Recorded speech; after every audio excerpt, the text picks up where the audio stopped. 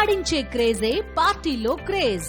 పూర్తి వివరాలకు చదవండి రేపటి సాక్షి హైదరాబాద్ ఎడిషన్. ఇది కేవలం సమాచారంగా మాత్రమే భావించండి. వైద్య నిపుణులను సంప్రదించండి. సిఎస్ఎఫ్ రైనోరియా ఉన్న వాళ్ళు దాంతో బ్రతికేద్దాం అనుకోవడం మంచి పని కాదు. బేసిక్గా సిఎస్ఎఫ్ రైనోరియా ఇది ఎమర్జెన్సీ. బ్రెయిన్లో చాలాసార్లు క్లాట్స్ ఏర్పడ్డాయి అంటారు. ఆ క్లాట్స్ ఏర్పడడానికి కారణాలు ఏంటి? క్లాటింగ్ అనేది రెండు చూస్తాం ఇక్కడ మనం. ఒకటి జనరల్గా బ్రెయిన్ సర్జరీ అంటే చాలామంది భయపడతారు. దానికి కారణాలు ఏంటి సార్? న్యూరో సర్జరీ బ్రెయిన్ అనగానే అది దాన్ని ముట్టుకోకూడదు. మనకి ఫ్యూచర్లో డయాగ్నోస్టిక్ ప్రొసీజర్స్ కూడా ఇంకొంచెం సింప్లిఫై అయ్యే అవకాశాలు ఉన్నాయా సార్? ఇప్పుడే మనకు చాలా అడ్వాన్స్డ్గా ఉన్నాం అంటారు. చాలామంది ఆ ఎంఆర్ఐ సౌండ్స్ గురించి అలా భయపడతారు. కానీ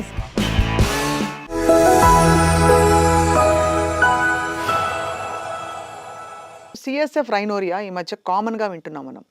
ఈ ఫ్లూయిడ్ ఉంటుందని చెప్పారు మీరు, కానీ అది ముక్కులోంచి కారిపోవడానికి కారణాలు ఏంటి? రైట్, నార్మల్గా ఏంటంటే ఫస్ట్ బ్రెయిన్లో మనము వాటర్ ఉంటుంది, సెరిబ్రోస్పైనల్ ఫ్లూయిడ్ అంటాము. నార్మల్గా ఎందుకు ఉంటుంది అంటే బ్రెయిన్ ఫ్లోట్ అవ్వాలన్నమాట. ఫ్లోట్ అయినప్పుడు అంటే కింద ఉన్న నరాలు రక్తనాళాలు కూడా ఒత్తుకుపోకుండా ఉంటుంది అనమాట. సో దేవుడు అలా చేశాడు అన్న ఫ్లోట్ అవ్వడం వల్ల.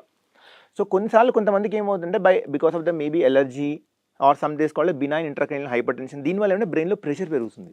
ప్రెషర్ పెరిగినప్పుడు ఏమవుతుంటే బ్రెయిన్లో నార్మల్గా కింద నుంచి నరాలు అవన్నీ బయటికి రావడానికి కొన్ని హోల్స్ ఉంటాయి. ఈ కాన్స్టెంట్ ప్రెషర్ వల్ల ఆ హోల్స్ అనేవి వైడన్ అయిపోతాయి. ఇక్కడ ముఖ్యంగా ఏంటంటే మనం డైరెక్ట్గా మనం గాలి మన స్మెల్ పీల్చుకునే నర్వ్స్ ఉంటాయి అన్నమాట. ఇటువైపు ఒక 20 హోల్స్, ఇటువైపు 20 చిన్న చిన్న హోల్స్ ఉంటాయి, which are just less than millimetre. ఇక్కడ 20 హోల్స్ 30 to 40 హోల్స్ ఉండడం వల్ల ఈ ఏరియా మోర్ కామన్గా జరుగుతుంటుంది అనమాట. సో ఎప్పుడైతే ఈ ప్రెషర్ పడగానే ఆ హోల్స్ అన్ని వైడన్ అవుతాయి. సో ఆ ప్రెషర్ పెరగడం వల్ల డైరెక్ట్ ఆ హోల్స్ నుంచి వాటర్ లీక్ అయ్యి ముక్కు నుంచి బయటకు వచ్చేస్తుంది. సో మన వరి ఏంటంటే ఫస్ట్ చాలా మందికి ఇది చాలా జలుబు అనుకుంటారు. అవును. సో కానీ జలుబుకి దీనికి డిఫరెంట్గా వంగగానే ఇలా డ్రాప్స్ పడిపోతుంటాయి. సో మనకు అప్పుడు ఐడియా రావాల్సిందే, ఒక దిస్ ఈజ్ నాట్ జలుబు, సంథింగ్ ఎల్స్ అని. సో నెక్స్ట్ ఏంటి, చాలామంది పడుకుంటారు, రాత్రి పడుకొని పొద్దున ఏమైనా మెట్టంతా వెట్ అయిపోతుంది. So that is another indication that ముక్కులోంచి సిఎస్ఎఫ్ వస్తుంది అని.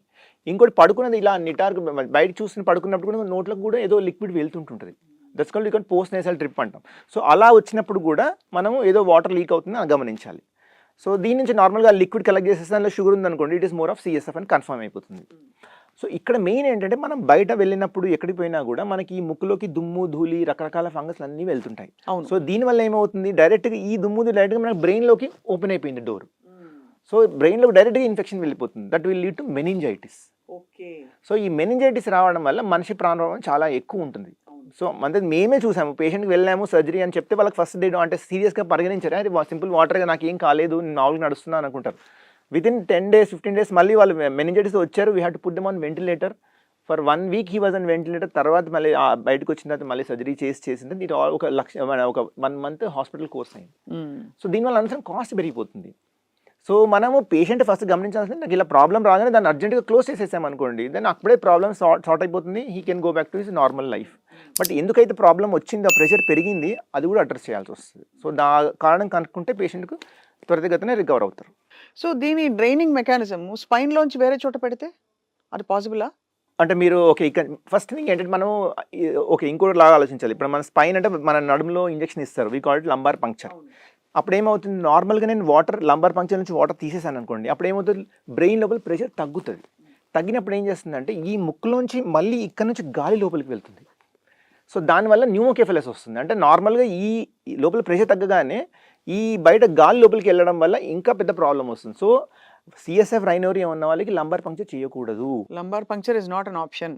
No, it is not an option. It is not a treatment protocol. It is not indicated. So తప్పనిసరిగా దీనికి సర్జికల్ గానే చేయాల్సిన అవసరం ఉంటుంది.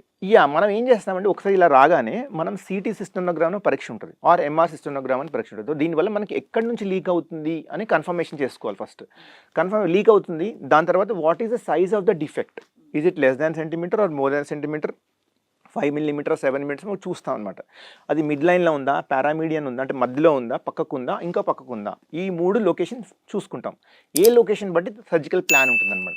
మనం ఎథ్మాయిడ్ ఇటు ఉందనుకోండి, most of the 80 to 90% of the defects అన్ని ఆల్మోస్ట్ మనం ముక్కులోంచి వెళ్ళి కవర్ చేసేసుకోవచ్చు. సో ఒక 10% మాత్రం కొంతమందికి ఆ డిఫెక్ట్ ఉండి, కొంతమందికి బ్రెయిన్ అందులోంచి లోపలికి వచ్చి అది చుట్టుపక్కల రక్తనాలన్నీ ఉన్న వాళ్ళకి మేము పైనుంచి వెళ్ళి పైనుంచి క్లోజ్ చేసేస్తాం. యూజువల్గా పైనుంచి క్లోజ్ చేసేస్తే అంటే 100% సీల్ అయిపోతుంది. ఎందుకంటే మీ కింద నుంచి వెళ్ళినప్పుడు ఆ చిన్న అయితే హోల్ ఉందో దాని చుట్టూ ఒక ఫేషియల్ లాంటిది పెట్టేసి గ్లూ వేసేస్తాం. సో అది అతుక్కుపోతుంది. పైనుంచి వెళ్తే ఏం చేస్తామంటే మేము దానిపైన ఏదైతే హోల్ని చూస్తామో దానిపైన ఒక పెద్ద పరద లాంటిది వేసేస్తాము. వీ కాల్ ఇట్ బ్రెయిన్లో ఒక పైన స్కాల్ప్లో ఒక లేయర్ అంటాము. యాంటీరియల్ క్రేనియల్ ఫోసా పెరిక్రేనియం అంటాం. ఆ పెరిక్రేనియం మొత్తం ఒక కార్పెట్ లాగా పరిచేస్తాం. We call it ACF carpeting అంటాం. ఆ కార్పెట్ పరిచేస్తే మొత్తం ఆ ఒకటే కాదు, ఇక 3-4 చిన్న చిన్న ఏమైనా కూడా కవర్ అయిపోతాయి, ఫుల్గా కవర్ అవుతుంది. దానివల్ల సైడ్ ఎఫెక్ట్స్ ఏమి ఉండదు. దానివల్ల సైడ్ అంటే ఇక్కడ మనం ఎప్పుడైనా సైడ్ ఎఫెక్ట్స్ ఏంటంటే 2 చూస్తాం. పేషెంట్కి సర్జరీ చేయడం వల్ల నేను బెనిఫిట్ ఇస్తున్నానా, డ్యామేజ్ చేస్తున్నానా, నేను చేయకపోవడం వల్ల పేషెంట్కి డ్యామేజ్ ఎంత ఎక్కువ అవుతుంది, నేను ఎంత ఆపగలుగుతున్నాను. So we always look at balance చేసిన తర్వాత బెనిఫిట్ ఎక్కువ ఉంది అంటే then only will give it option to the patient. But CSF rhinorrhoea ఉన్న వాళ్ళు దాంతో బ్రతికేద్దాం అనుకోవడం మంచి పని కాదు. No that is ignorance. Sir అది ఎప్పటికో అప్పుడు కాదు. బేసిక్గా CSF rhinorrhoea is an emergency neuro surgery. We always consider emergency. ఎందుకంటే మీకు వాటర్ అంటే ఇట్ నార్మల్గా ప్రతి ఒక్కరికి బ్రెయిన్లో 250 ml వాటర్ ఉంటాయి, అరౌండ్ 250 ml. అది రావడం ఎవ్రీడే సైకిల్ అవుతుంటాయి అన్నమాట. సో ఈ సైకిల్ అవుతున్నప్పుడు అది రావాలి, దాన్ని పని చేయాలి, బ్రెయిన్స్ మళ్ళీ వెళ్ళిపోవాలి, మళ్ళీ కొత్త తయారవుతుంటుంది. సో ఈ సైకిల్ మొత్తం హ్యాంపర్ అయిపోయింది. సో ఇలా అవడం వల్ల బ్రెయిన్కి చాలా డ్యామేజ్ అవుతుంది. సో CSF రైనోరియా అంటే త్వరగా వెళ్ళి కన్సల్ట్ చేసి ట్రీట్మెంట్ అంటే అంత పెద్ద భయపడవలసిన సర్జరీ కాదంటున్నాను. భయపడాల్సిన సర్జరీ, బట్ చేయించుకోకపోతే మాత్రం భయపడాల్సిన అవసరం ఉంటుంది. రైట్ సార్, చాలా కుండ బద్దలు కొట్టి చెప్పారు. రైట్. ఇంకా ఫైనలీ సార్, బ్రెయిన్లో చాలాసార్లు క్లాట్స్ ఏర్పడ్డాయి అంటారు. ఆ క్లాట్స్ ఏర్పడడానికి కారణాలు ఏంటి? ఆ క్లాటింగ్ అన్నది అది మనిషి పాథాలజీలో ఉంటుందా బికాస్ ఆఫ్ సమ్ సర్టన్ అంటే conditions or whatever? Yeah clotting అనేది 2 చూస్తాం ఇక్కడ మనం. ఒకటి రక్తనాళం లోపల క్లాట్ అవ్వడం అంటాం. రక్తనాళం లోపల మనం దానివల్ల ఏమవుతుంది, బ్లడ్ సర్క్యులేషన్ రాదు, దీనివల్ల స్ట్రోక్ వస్తుంది. ఇది ఒక పాసిబిలిటీ. రెండో పాసిబిలిటీ ఏంటంటే బ్లడ్ ప్రెషర్ పెరగడం వల్ల రక్తనాళాలు చిట్లి బ్లీడింగ్ అవుతుంది. బ్లీడింగ్ అవ్వడం ఆ రక్తం గడ్డగడుతుంది. So this is another clot. So first దాన్ని మనం ఇస్కిమిక్ స్ట్రోక్ అంటాము, రెండో దాన్ని హిమరాజిక్ స్ట్రోక్ అంటాము. సో ఫస్ట్ దానికి రావడానికి రక్తనాళంలో లోపల బ్లడ్ క్లాట్ అవ్వడానికి మెయిన్ కారణాలు ఈ మన ఒకటి హై లిపిడ్ అంటే కొలెస్ట్రాల్స్ ఎక్కువ ఉండడము, రక్తనాళం లోపల ఎండోథీలియం అనే ఒక కవరింగ్ ఉంటుంది అనమాట, అది డ్యామేజ్ అవ్వడం వల్ల ఇది క్లాట్ అయిపోతుంది. దాంతోపాటు డయాబెటీస్, హైపర్ టెన్షన్, ఈ 4 ఉన్నాయనుకోండి, సో పేషెంట్ చాలా ఎక్కువ ఉంటుంది. దాంతోపాటు హైపర్ హోమోసిస్టమీ ఇంకొక కండిషన్ ఉంటుంది. ఇవన్నీ ఉన్నాయనుకోండి, డెఫినెట్గా వీళ్ళకు వచ్చే ఛాన్స్, క్లాట్ అయ్యే ఛాన్స్ చాలా ఎక్కువ. సో ఇవన్నీ కూడా యంగ్ పేషెంట్స్ చాలా ఎక్కువ ఉంటుంది. అదే మనం అది బ్రెయిన్ లోపల రక్తనాళం చిట్లింది అనుకోండి, that is more because of the uncontrolled hyper tension. వాళ్ళకి ఏమవుతుందంటే రక్తనాళాలు హార్డ్ అయిపోతాయి. నార్మల్గా వాటికి అంటే ఇలా సాగేసి ఎలాసిటీ ఉండాలన్నమాట, ఆ ఎలాసిటీ ఉండదు. సో రక్తనాళం ప్రెషర్ పెరిగినప్పుడు రక్తనాళం చిట్లి పక్కనున్న బ్రెయిన్ డ్యామేజ్ చేస్తుంది. దానివల్ల మెయిన్గా పెరాలిసిస్ వచ్చేస్తుంది పేషెంట్. ఒక కుడివైపు ఉంటే కుడివైపు brain controls other side right controls left side of the brain, left side control right of the brain. So ఎక్కడ బ్లీడింగ్ అయింది దాన్ని బట్టి ఆ part of the brain paralysis. ఇవన్నీ సడన్గా వస్తాయి కదా సార్, ఎక్కడ సిమ్టమ్స్ అనిపించవు. బికాస్ సడన్గా ఒక స్పృహ తప్పి పడిపోవడం, ఒక కాలు చేయి పడిపోవడం, ఇవన్నీ చూస్తుంటాం. బట్ ఇలా వచ్చినప్పుడు ఒక ఇంజెక్షన్ తోటి రికవర్ చేసేయచ్చు with in a certain 4 hours లోపల ఇస్తే అని అంటారు, నిజమేనా సార్? ఇప్పుడు చాలా మట్టుగా ఏంటంటే ఏది యూజువల్గా సడన్గా కాదు. సడన్గా అనేది చాలా అపోహ అంటే ఫర్ ఎగ్జాంపుల్ చాలా మందికి అంతకుముందు ఏం జరిగింది అనేది ఎవరు పట్టించుకోరు.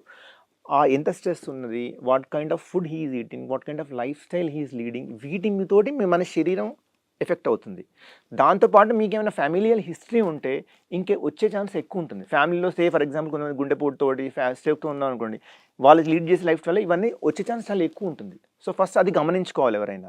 రెండోది మీరు అనేదాన్ని ఇస్కిమిక్ స్ట్రోక్ అంటాం. ఇస్కిమిక్ స్ట్రోక్లో we called golden hour or window period అంటాం. ఈ విండో పీరియడ్లో ఏంటంటే మనం ఆ ఇంజెక్షన్ ఇచ్చినప్పుడు ఆ రక్తాలలో ఈ మందు వెళ్ళి రక్త క్లాట్ని కరిగించేస్తుంది. సో మళ్ళీ బ్లడ్ సర్క్యులేషన్ వచ్చేస్తుంది. మనకి ఈ వితిన్ 1 hour వచ్చేస్తుంది ఏంటంటే మళ్ళీ ఆ బ్రెయిన్ మళ్ళీ జీవం పొంది మళ్ళీ నార్మల్గా పనిచేస్తుంది. ఆ part of the brain damage అయింది అనుకోండి, తర్వాత మనం ఇంజెక్షన్ ఇచ్చినా కూడా రక్తనాళం ఓపెన్ అయినా కూడా పేషెంట్కు ఉపయోగం ఉండదు. సో అందుకే టైమ్ ఈజ్ బ్రెయిన్. ఇక్కడ time is brain. So it's actually very very fascinating. మీరు ఇంత క్యాజువల్గా చెప్తున్నారు అంటే బ్రెయిన్లో ఇలా స్కల్లో సర్జరీ తీసి కట్ చేస్తామని, బికాజ్ ఇట్స్ యువర్ ప్రొఫెషన్.